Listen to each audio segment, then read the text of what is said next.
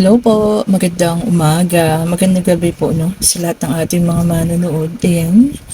So, ayan, ngayon lang tayo ulit nakapag-reading. Ayan. Okay po. Napaka maintriga yung reading natin ng nakaraan na.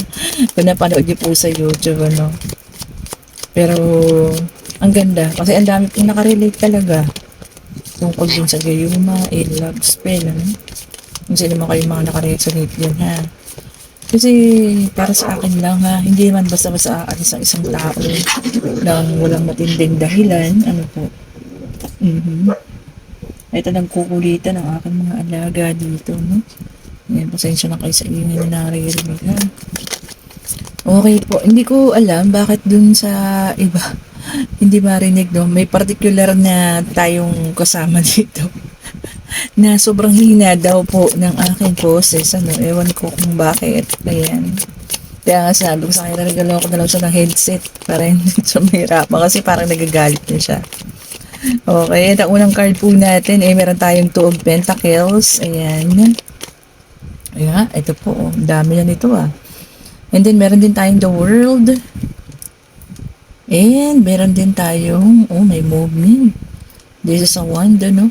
Eight of Wands po. Oh, and then, meron din tayong Ten of Cups. Meron tayong Seven of Pentacles. And meron tayong Eight of Swords. And then yung last natin, ano? Oh, the Moon. Okay po, ha? So, dito sa situation na to, no, meron tao rito na nangangailangan ng pagbabalanse. Ayan. Pero may nakita rin naman tayong major arcana paparating na The World. Ibig sabihin po, kung ano man yung situation niya ngayon, malalampasan niya naman ha. Kung ito po ay tungkol sa financial, ano? O meron problema sa financial or dito sa pamilya ha. Or both. Baka maaaring financial and tungkol din sa family, ano? Hardworking naman tong tao na to, kaya lang maaaring yung isang kasama niya is ano, feeling trap. Okay po. And then meron din tayong Page of Wands. Ayan. Nakatuon sa pag-abroad tong isa. And meron din tayong The Moon. So sa The Moon kasi parang ngayon po ano na lang, illusion na lang yung pagiging happy family nila ha. Baka cover up na lang po at meron ng problema talaga. Ayan. Siguro yung isa na lang yung ano, tawag dito, and yung isa is ano na gusto nang bumitawan mo kasi kailangan ng ano, pagbabalanse ha. Okay, maaring isang sitwasyon ito ng isang couple po ha. Tapos, maaring yung isa rito merong karelasyon, ano. Ngayon, ayaw niyang iwanan ang pamilya niya kasi para sa kanya ano pa rin mas priority yung family. So ito ngayon, itong isang nating ano na to, no, nakakaramdam ng feeling trap kasi ilang beses niya na hiningi yung kalayaan niya na kung ano man, ayaw na or hindi na siya mahal, bitawan na siya. Kaya siya ayaw po ayaw siyang bitawan Tignan nyo naman, nagbalak pa siya na umalis, makapag-abroad sana, maghanap buhay, pero hindi Hinawakan. Kaya may movement So, ayun. Magpapaubaya na rin sana po kaya lang yung mismong tao na yun, ayaw siyang bitawan po, ha? Kasi naman sa'yo nakaka-resonate. Ibang klase itong nakatagpuan natin ano naman tong energy na to ha. So dami ko nang binabasa kasi sa bawat ano ninyo, comment ninyo. Kung kanino na po energy itong nakukuha natin, kung kanino naman po ay kayo itong energy na to at naka-resonate kayo ha, mag-comment kayo. Ayan, so ito ang sitwasyon natin ngayon ha. Ayan, niloko na siya. Tapos siya ay nadala na sa third party. Ano, hinihingi niya na lang yung kalayaan niya pero ayaw ibigay. Ayan, parang ang panakot pa yung mga anak. Ayan. Ano yun? Gusto ng lalaki na kung hindi sila magkaayos yung binalik niya eh. Meron at merong ano, babalikan, ganun ba yun? Kakaiba. Kakaiba po ito ha, kung meron man sa inyo nakaka-resonate. Ito yung pag-ibig na, ito yung, kung sino yung niloko, eh gusto nang umalis, no? Kaso, nahawakan naman siya nitong manloloko, ayan. Nung may third party, ayaw siyang bitawan dahil gusto pa rin palabasin at gusto niya na buo pa rin yung family. 'Di ba? Tapos itong isa na to eh hinihingi niya na yung kanyang kalayaan. Kita niyo naman, feeling trap na yung tao. Ano? Gusto niya na lang maging malaya at umalis na sa ganung sitwasyon. Kasi naman po ito ha. Nakakalungkot ano. Kumbaga eh, ano yun, habang buhay, mong papasanin yung mga sakit. Kumbaga harap-harapan ba na ano, ang tawag dyan, um, tatanggapin mo na lang, no? Dahil nga tinatakot ka na ganito yung gagawin sa mga anak mo at sisirain ka, no?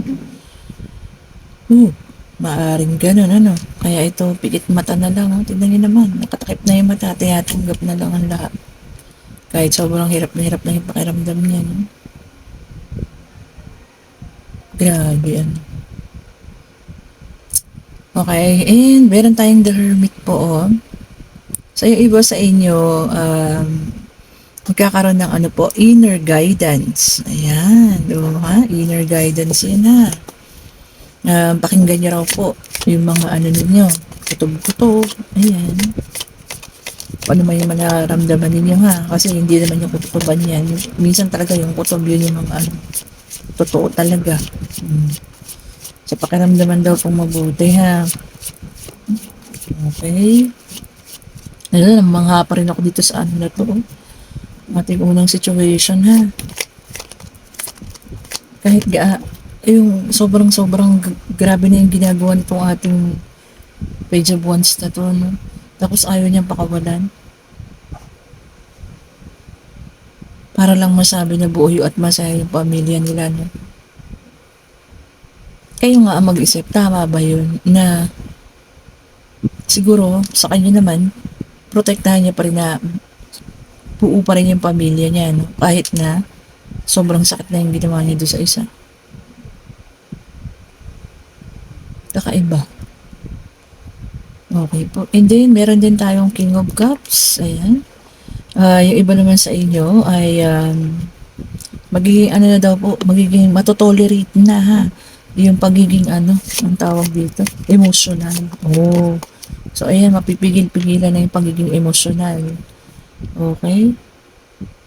Kasi naman po iyan to nga, mga nakaka-resonate.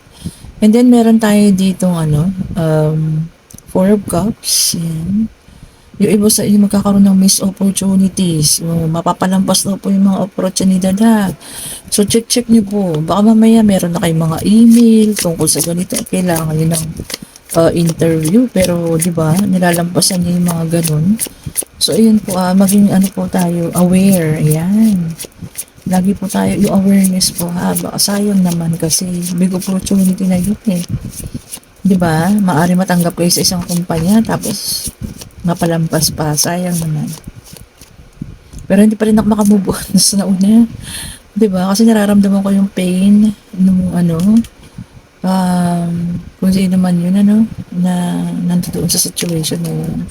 Ang sakit-sakit na nung nararamdaman niya, alam niya na ang lahat-lahat. Kumbaga, nilatag na sa kanya yung baraha eh. Oh, ito, hindi na kita mahal. Meron akong ganitong kinakasama sa ibang ganitong lugar, kaya hindi ako umuwi. Yan. Umuwi ako dito para sa mga bata, para makita nila na ayos tayo, wala tayong problema. Parang ganun ano. Tapos ito naman, humihingi siya ng kanyang freedom, pero sagot sa kanya, hindi. Para sa mga anak mo, kailangan palabasin natin ayos tayo. Ganun? Hindi po ba? Ano mahalaga sa'yo? Kalayaan mo o yung buo yung pamilya mo para sa mga anak mo? Siguro parang galing mga pandakot, ano? Grabe. And, Ace of Wands, ayan ha. Yung iba daw po sa inyo meron ano, uumpisang bago. Ayan. Baka maaari magtatayo ng negosyo, ayan, mag-aaral ulit, ayan. Kasi ito pa makaka-resonate dyan na. And meron din tayo dito, Six of Wands. Oh, sabi rito, oh, yung iba sa inyo, sisikat, ayan. Yung mga tinatawag sigurong ano yan, 1 minute fame, mga ganyan, ano. Oh, yung mga bigla ang paglabas na makikita ka sa isang video. May ganon, di ba? Okay. And then, uy, kaperahan na naman. Tignan nyo naman, oh. Nine of Pentacles. Financial stability po talaga, ha. Through hard work. Oh. Collecting on investment. Oh, kung kayo po yan, ha. May ininvest. Ayan. Sa sobrang sipag sa paghahanap buhay. Ayan na, no. Ibibigay na sa inyo po ang kasagutan. Ayan. Sino naman po ito, ha? Hindi naman makaka-resonate. And then, meron din tayong Eight of Pentacles. Yung iba naman daw po sa inyo, pag-iingatan. Oh, yun na nga, oh. Kasi dito sabi, pag-iingatan ng reputasyon. Oh, ito na nga. Yun yung parang gusto sabihin ng unang situation natin, ano. Kaya ayaw niya kawalan yung asawa niya, no, na sobrang sakit na yung nararamdaman para sa kanyang reputation. Oh, ay, ano to, Batang Quiapo. Oh, Rigor. Rigor. Rigor. Oh, di ba ba? Kasi nanonood, si Lena at si Aling Marites. Oh, di ba? Parang ganun, ha. Oh. Kasi naman po nakaranas, ha. Ayan. Nagulat talaga ako kasi bigla ako naalala, para ka akong ganun yun, ha. Okay, and then meron din po tayong Page of Cups. Ayan, may parating sa iba na isang magandang balita. Ayan, o magandang mensahe. Check nyo na lang, ha, kung para po sa inyo yan. Check nyo lagi ang email. Baka may dumating na sulat. Ayan, ha, ang layo ng tinalunan ng isa, ha. Wait lang po, ha. Kunin ko lang dito. Ang layo talaga. Tutulong pa naman itong aking mga alagang makukulit. Uy, meron naman daw po dito sa inyo, makakaramdam ng guilt. Ayan, ito yung tumalon, Ayan, kung may magi-guilty sa isang bagay, ha. Ayan po, kung meron kayong nagawa, isipin nyo rin, ha, na meron pagkakataon na maaaring mag-guilty daw po kayo. So, check nyo po, ha, kung para sa inyo yan. Meron kayong isang bagay na nagawa dyan at feeling guilty kayo po, ha. Sino man po ang makaka-resonate. And yung iba sa inyo merong ongoing battle, ha. Merong ngayong pinaglalaban, pinagdadaanan, ha. Kung sino man po yan. Sobrang sakit na yung pinagdadaanan yan. Ito pa isa, ugatan na nga, may benda na yung ulo, no. Kung sino man po ito, ha. Yan. Sabi po rito, have faith lang daw po. And then gather your strength. Oh, ipunin daw po ang lakas, ha. Lalo na to sa mga ongoing battle kasi medyo matatagalan pa raw yan. And then meron tayong The Hangman. Oh, yan. Merong iba sa atin dito ay meron ng kailangan na talagang i-let go. Need na pong i-release. Ayan. Ayun yung iba naman wala daw sa direksyon ng buhay, ha. O baka ito yung mga sobra-sobra namang nasa pain ngayon, Nagkaroon ng painful endings. Naku. Tapos wala sa direksyon ng mga buhay. Magising na po kayo, ha. Kailangan po iayos ulit yung buhay niyo, ha. Ang buhay niyo po hindi nakadepende lang sa isang tao. Okay po. Nasa sarili niyo po yan. Kayo po ang dapat umayos sa sarili niyo, ha. Kung ayaw na ng taong yun at ayaw nang balikan, bitawan niyo na po, ha. Meraing at maaaring meron din namang parating sa inyo. Yung iba nga, makakakilala pa ng isang mature female businessman, ha. Financial, na rin daw po, independent. So, ayan, ha. Meron makakakilala sa inyo ng ganyan. Kumbaga stable na raw po ang taong iyon, ano. Okay, check pa natin dito sa ating isang card. Oops. Ito pa. And the lovers. Okay. So, yung iba, harmonious lang yung relationship. Walang problema, walang gulo, maayos. Ayan po. Which is an air sign. Okay. Para sa mga air sign yun na. Harmonious relationship. Wow. Sabi naman, ano. Maaring parating po yan ha. Or nangyayari na sa inyo ngayon. Kasi major arcana. Oh. Maaring parating na. Oh, yung mga galing sa gulo pa yung relasyon, o parating na po yung harmonious relationship, baka kasi sa inyo rin naman, di ba? Okay, ito. And ito. Queen of Swords. Oh. Yung iba dito talaga sa inyo, ano, tawag dito, magkakaroon ng ano, yung tapang, ayan, para ipaglaban ng isang bagay, ha. Pipilitin pa rin ipaglaban. Oh, ayan. Ingat po sa iba ha, baka magkaroon ng ano po, pagtatraidor. And gagawa ng trickery, gagawaan. Kung sino man yung makaka-resonate dyan ha, baka maaaring ginagawa ng masama. Napalabas na masama kayo, no, sa mata ng ibang tao. Ayan. Ingat-ingat po sa mga taong ganun ha. Nagpapanggap na kaibigan ninyo pero and yun air sign. Oh, puro air sign po. Ito naman fire sign. Tingnan nyo rito yung iba oh. Merong ano, ang tawag dito, overseas opportunity. So yung iba mag-abroad ha. Kung sino naman po yung mga nagmamanifest ng abroad, ayan. O pwedeng kayo na to, no? Para sa inyo naman na. Natapos na yung ilan, syempre kayo naman. O, di ba? Ganun lang po eh. Hintayin lang niyo yung para sa inyo. At meron nakalaan para sa inyo ha. Whether pag-ibig man yan, financial, yan. And the justice. Kita nyo ha, ang justice naman, magkakaroon ng ano, balance daw po. Yung iba dyan ha, nawawala ng pagbabalanse. Ayan, may babalik yun yung pagbabalanse sa isip ninyo. Pwedeng sa puso din ha. Balance lang daw po. Same thing kanina, the hangman. Kailangan na talaga yung iba dito, ano, mag-let go na. Tapos yung iba naman daw magsasakripisyo. Baka ito, yung nauna, di ba? Naunang reading natin, sakripisyo niya para sa mga anak. Yung iba po talaga mayroong mapupuntahan na ano, masasangkot sa isang conflict. Ingat-ingat po kayo ha. Baka kayo mapagbintangan. Ingat-ingatan niyo po ang sarili ninyo ha. Mahirap pong masangkot sa mga ganong kaguluhan. Okay. Yan pa nga po natin ha. Check pa natin ang iba pa.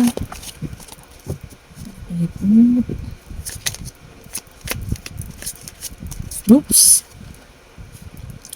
And a Queen of Wands. Okay po. Yung iba sa iyo nakafocus sa career. Sa ano.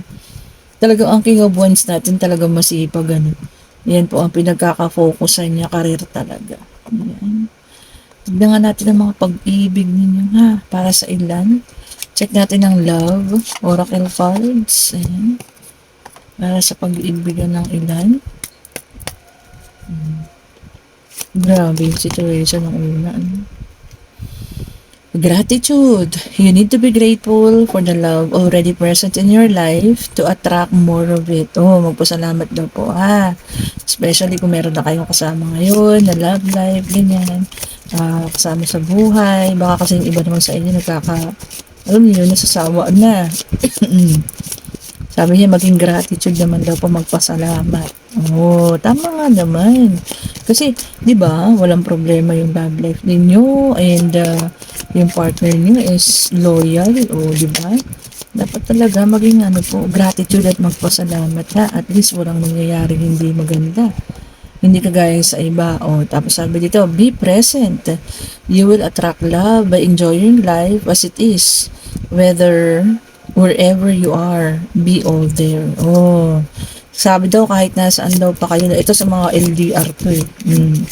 Siyempre pagka LDR, physical niyo wala. Pero maraming tayong paraan ngayon ha. Masyado na tayong ano po, advance. So kung may birthday man o kung ano man ano, na special occasion sa inyo nung person mo, eh kailangan daw pinandoon yung presents mo. Ayan. Ganda ng ating ano ngayon na mga baraha, oh. Ang flip talaga. And then sabi rito, past lives. Oh. Yung iba daw po ha, may makikilalang tao na nakilala nyo na sa nakaraan ninyong buhay. Parang kahapon lumabas din ito ha.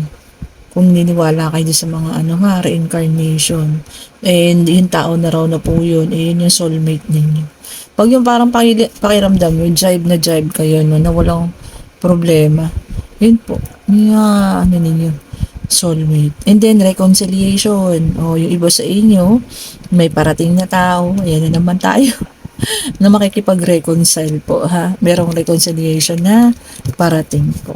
Ayan, maganda naman ano ang mga mensahe no, para sa inyong mga pag-iibigan. And gayon po ha, mag-isip na kayo habang inaayos ko itong ating mga card ng katanungan. Answerable by yes or no. Ayan. Sayang, gusto ko sana ng more clarification dun sa situation na yun. Ano, na kung aalis ba o tatakas ba or hihintay niya bang lumaki yung mga anak niya tsaka siya aalis, ganun, or magpapakamaratir na lang ba siya. Sayang ano, gusto ko kasi pagka ganun kasi po more clarification, kailangan ano na yun eh, naka personal reading na para sagap na sagap mo yung energy ng taong. Kaya pahapyaw lang po nakuha natin eh, oh, sa istorya niya, no? Kung sino man po ito. Ayan. Kung kayo man po ito ha, nakaka-resonate, no? Lalo na eh, kayo talaga yung nandun sa situation na yun. Na gustong-gusto nitong umalis sa sitwasyon na yan, pero maaaring kung ano-anong pananakot din sinasabi sa inyo ng taong nakagawa at nakasakit sa inyo na kaya hindi kayo makaalis-alis. Comment down below po ha. Kwento nyo naman sa amin. Ayan. Or maaaring pinagdaanan nyo na ha. Kasi naman po ang dumaan sa ganyang relasyon po. Okay po. And kasagutan po ito ha para sa inyong mga katanungan, maaaring pag-ibig, financial, pag-travel po ha. Ayan. Grabe, ano ang pag-ibig na yun? Love pa ba na matatawag yun? Parang hindi. And yes po. Oh, tignan niyo naman. Oh, yes. Talagang para dito sa, siguro para na rin sa kanya, no? Kung sino man yung nasaktan. Talagang uunahin niya ang kanyang pamilya. O, higit pa sa sarili at higit pa sa nararamdaman niya sakit. Sige, ang lumabas po ay yes ha. Kung ano man inyong tinanong. Ayan. So, ready siya mag-sacrifice po. Kahit na sobrang sakit na yung nararamdaman niya. Halos kadurog na, no? Durog ang kanyang buong pagkatao. Pero, kumbaga hindi siya aalis sa sitwasyon na yun. Kasi mahal niya yung pamilya niya at para yun para sa pamilya niya po, ha? Yung sin din yung sinasabi sa kanya ng person niya na sige, subukan mong umalis at masisira ang pamilya natin. Parang ganun siguro, no? Okay, ang bigat, ano? Parang ang bigat kasi ng dating para sa akin. Kasi nakakaawa yung mga taong nasa ganung sitwasyon, no? Natatrap ka sa pagitan ng kalayaan mo ay ng pagmamahal mo sa mga anak mo, ano po, sa pamilyang buo.